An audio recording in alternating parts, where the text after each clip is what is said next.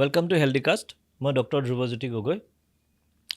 এনেকুৱা যিবিলাক আমাৰ হেল্থ এৱেৰনেছৰ কাৰণে যিবিলাক আমি সৰু সৰু ভিডিঅ' বনাই আছোঁ হেল্থিকাষ্টত, তাত আমি এটা বিশেষ সমস্যাৰ বিষয়ে ক'ম, আপোনালোকক জনাব চেষ্টা কৰিম আৰু আপোনালোকে নোট কৰি যাব কথাবিলাক।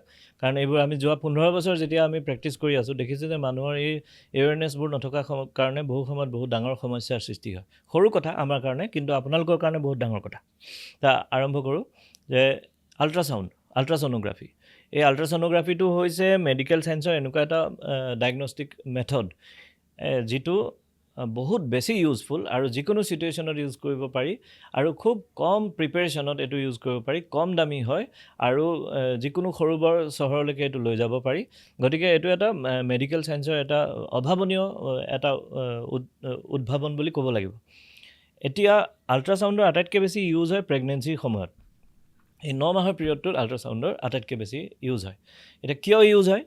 আমি এনেকুৱাও পেচেণ্ট পাওঁ যে বোৱাৰীয়েক আহিছে প্ৰেগনেঞ্চি লৈ আৰু শাহুৱেকে মানা কৰিছে, আৰু শাহুৱেকে তাৰ বিনিময়ত যুক্তিটো এইটো দিয়ে যে আমাৰ দিনত তহঁতি যে জন্ম হ'লি, তহঁতৰতো কোনো আল্ট্ৰাছাউণ্ড আমি কৰা নাছিলোঁ, তহঁতিটো ভালেই হ'লি, গতিকে তহঁতি নাযাবি, দৰকাৰ নাই ইমানকৈ যাব।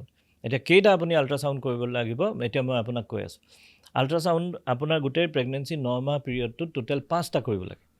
আৰু ইয়াতে লক্ষ্য কৰিবলগীয়া বস্তু হ'ল কি, এই 5টা আল্ট্ৰাছাউণ্ডৰ যিটো উদ্দেশ্য, প্ৰতিটো উদ্দেশ্য বেলেগ বেলেগ। এতিয়া মই এটা এটাকৈ কৈ যাম। প্ৰথমটো আল্ট্ৰাছাউণ্ড হ'ব যেতিয়া লেডিগৰাকীয়ে বা মহিলাগৰাকীয়ে প্ৰথম মাহেকীয়াটো মিছ কৰিলে আৰু তেখেতৰ লাগিলে কিজানি মই প্ৰেগনেণ্ট হৈছোঁ, আৰু ঘৰত তেওঁ প্ৰেগা নিউজ বা এনেকুৱা ধৰণৰ কিট আনি পেলাই টেষ্ট কৰিলে ইউৰিনত আৰু দেখিলে যে হয়, দুডাল আঁচ ওলাইছে, মই প্ৰেগনেণ্ট হৈছোঁ। তেতিয়া সেই মহিলাগৰাকী প্ৰথমবাৰৰ কাৰণে আমাৰ ওচৰলৈ বা ডাক্তৰৰ ওচৰলৈ আহে। তো তেতিয়া আমি প্ৰথম আল্ট্ৰাছাউণ্ডটো কৰিম। সেইটোত আমি মাত্ৰ 2টা ইনফৰ্মেশ্যন চাম।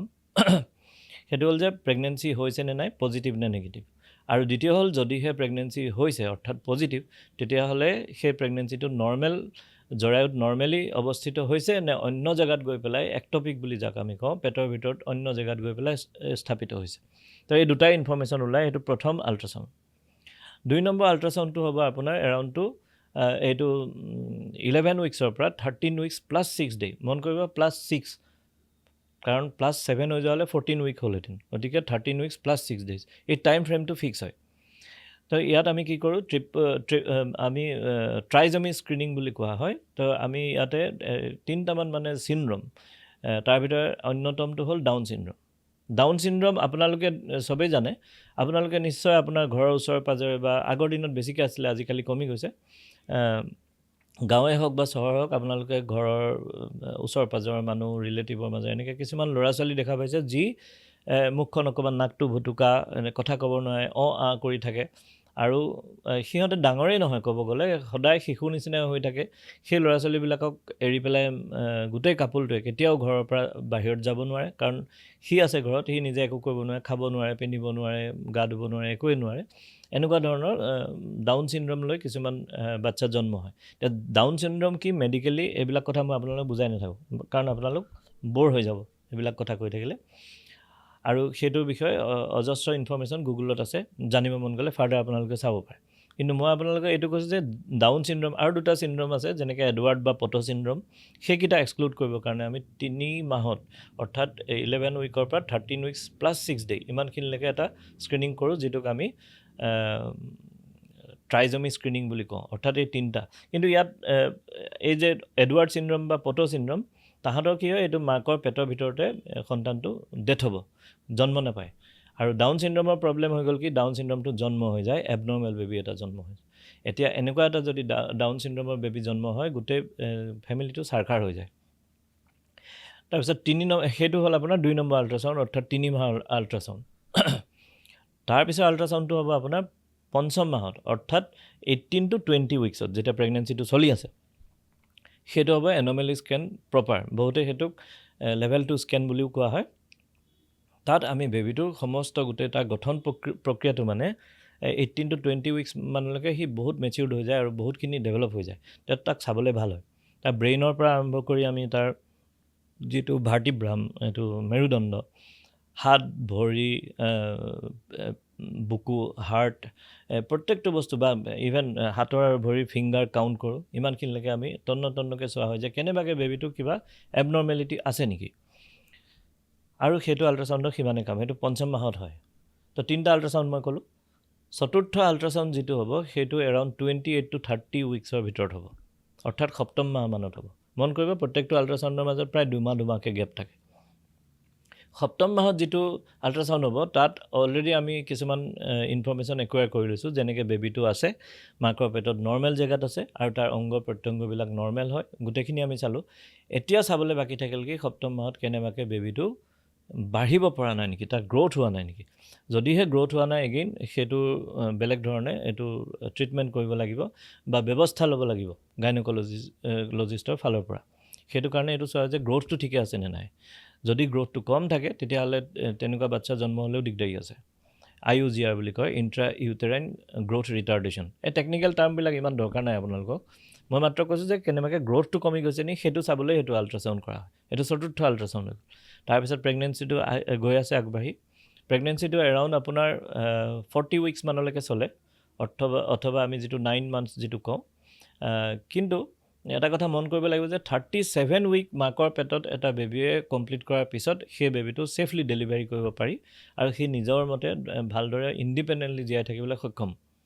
গতিকে 37 উইকলৈকে ডক্টৰে চেষ্টা কৰিব, গাইনকলজিষ্টে বা আমি, যে যিমান পাৰে পিছলৈকে মানে প্ৰেগনেঞ্চিটো কণ্টিনিউ হৈ থাকক।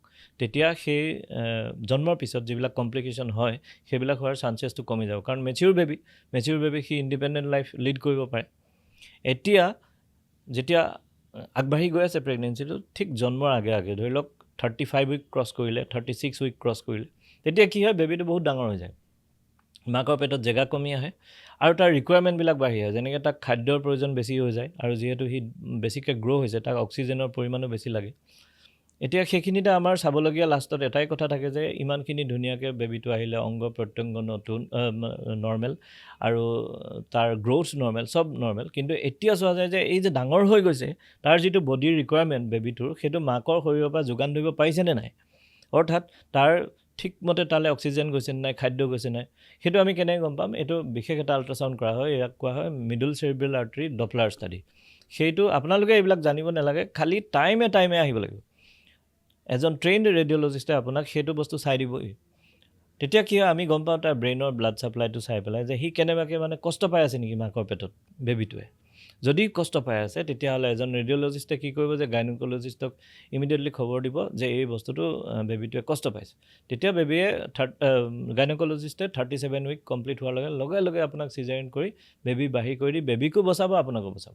কিন্তু যদিহে আপুনি সময়ত নাহে, কিবা কাৰণত যদি বেবীয়ে কষ্ট পায়, অক্সিজেন পোৱা নাই, তেতিয়া তাৰ আপুনি ভাবক 9 মাহ পেটত থকাৰ পিছতো বেবীৰ ডেথ হ'ব পাৰে। গতিকে সেইটো একচেপ্টেবল নহয়। কিন্তু এনেকুৱা ছেড ষ্টৰি আমি পাই থাকোঁ, মানুহক দেখা পাওঁ আৰু বহুত কষ্ট পায় মানুহে। গতিকে এইবিলাক নহ'বৰ কাৰণে গোটেই যিটো জাৰ্ণি, সেই জাৰ্ণিটো হৈ গ'ল যে আপোনাৰ এই 5টা আল্ট্ৰাচাউণ্ড, প্ৰতিটোৰে মিনিং বেলেগ বেলেগ। সেইটো কাৰণে আপুনি টাইমে আহি থাকিব লাগিব। ইমাৰ্জ হেল্থৰ পৰা আমি এটা ইমাৰ্জ মম প্ৰেগনেঞ্চি পেকেজ এটাও আমি তৈয়াৰ কৰি পেলাই মানুহৰ ৰাইজৰ কাৰণে আগুৱাই দিছোঁ। এইটো যিটো পেকেজ, তাত প্ৰথম সুবিধাটো হৈ গ'ল কি বহুত কম দামত আছে। দ্বিতীয় সুবিধা হৈ গ'ল কি আপোনাৰ এই 9 মাহত হ'বলগীয়া আল্ট্ৰাচাউণ্ডেই হওক বা ব্লাড টেষ্ট হওক, এটাও থাকি নাযায়, টাইম মতে চব বস্তু কৰা হয়। কিন্তু এনেই নৰ্মেলি আপুনি যেতিয়া নিজৰ ওপৰত গোটেইখিনি দায়িত্ব লৈ এজন ডক্টৰক দেখাবলৈ গৈ আছে, কেতিয়াবা কোনোবা টেষ্ট সময়তকৈ পিছ পৰি যাব পাৰে বা অমিট হৈ যাব পাৰে, থাকি যাব পাৰে, এনেকুৱা ধৰণৰ ঘটনা হয়। গতিকে ইট ইজ ভেৰি ছেফ যদি এই হেৰিটোৰ যোগেদি পেকেজটোৰ যিটো ইমাৰ্জ মম বুলি মই বাৰে প্ৰতি কৈ আছোঁ, এইটো imargel.in গৈ অনলাইন আপোনালোকে বুক কৰিব পাৰিব। 60,000ত গোটেই পেকেজটো আছে। গতিকে এই কৰিলে কি হয়, আপোনাৰ 1 নম্বৰ কথা পইচা কম, 2 নম্বৰ কথা আপোনালোকে মানে পাৰ্ট বাই পাৰ্ট পে'মেণ্ট কৰিব পাৰে, যিটোত আপোনাৰ অভাৰ দ্য 9 মান্থ আপোনাৰ কোনো মানে ফাইনেন্সিয়েল প্ৰেছাৰে নপৰিব। আৰু তৃতীয়, ইয়াত কোনো ধৰণৰ টেষ্ট বা আল্ট্ৰাচাউণ্ড আপোনাৰ থাকি নাযায়।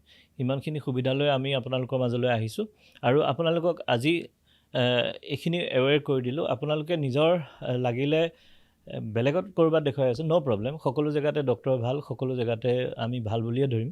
কিন্তু আপোনাৰ দায়িত্ব এজন এছপাইৰিং পেৰেণ্ট হিচাপে আপুনি পিতৃ মাতৃ হ'বলৈ গৈ আছে, আপোনাৰো ইমানখিনি এৱেৰনেছ থকা দৰকাৰ যে 5 মাহৰ আল্ট্ৰাচাউণ্ডটো মোৰ হ'ল নে নাই, 7 মাহৰ হ'ল নে নাই। এইটো আপুনি এনেকুৱা নহয় যে ডক্টৰে আপোনাক ক'লেহে আপুনি যাব, তেওঁ পাহৰি যাব পাৰে বিভিন্ন পেচেণ্ট থকা সময়ত। তেতিয়া আপুনি ডিমাণ্ড কৰিবলৈ শিকক যে মোৰ আমুক মাহৰ আল্ট্ৰাচাউণ্ডটো থাকি গৈছে, বাইদেউ আমাক কৰাই দিয়ক। এইটো আপুনি ডিমাণ্ড কৰিব লাগিব। আৰু দ্বিতীয় কথালৈ আহোঁ, যিসকল আগৰ দিনৰ মানুহ বুলিয়ে ক'ব লাগিব, যাৰ ল'ৰা ছোৱালী এতিয়া পেৰেণ্ট হ'বলৈ গৈ আছে, তেনেকুৱা ক্ষেত্ৰত আমি মাকবিলাকৰ বা শাহুৱেকবিলাকৰ এইটো মন্তব্য পাওঁ যে আমাৰ দিনত এইবোৰ নাছিলেই, তেনেকৈ তহঁতি জন্ম হৈছিলে, এতিয়া এইবোৰ কি দৰকাৰ। এই কনচেপ্টটো শুদ্ধ নহয়, কাৰণ সেইটো সময়ত ইমানখিনি সুবিধা, আল্ট্ৰাচাউণ্ডৰ সুবিধা, ব্লাড টেষ্টৰ সুবিধা অসমৰ গাঁৱে গাঁৱে কোনে কোনে নাছিল। গতিকে বহু সময়ত বাদ পৰি যায়। আৰু এইটো কথা মন কৰিব যে প্ৰেগনেঞ্চিটো হৈ গ'ল এটা নেচাৰেল প্ৰচিডিউৰ, যিটো বস্তুৰ ডিজাইনটো ভগৱানে কৰিছে, ইয়াত মানুহৰ কৰিবলৈ বিশেষ একো নাথাকে। কিন্তু আমি ডাক্তৰৰ ফালৰ পৰা আমি এইটোৱে আপোনাক হেল্প কৰিব পাৰোঁ যাতে আপোনাৰ বেবীটো ছেফলি ডেলিভাৰী হয় আৰু এটা ভাল বেবী ডেলিভাৰী হয়, সেইখিনিয়ে আমাৰ কাম।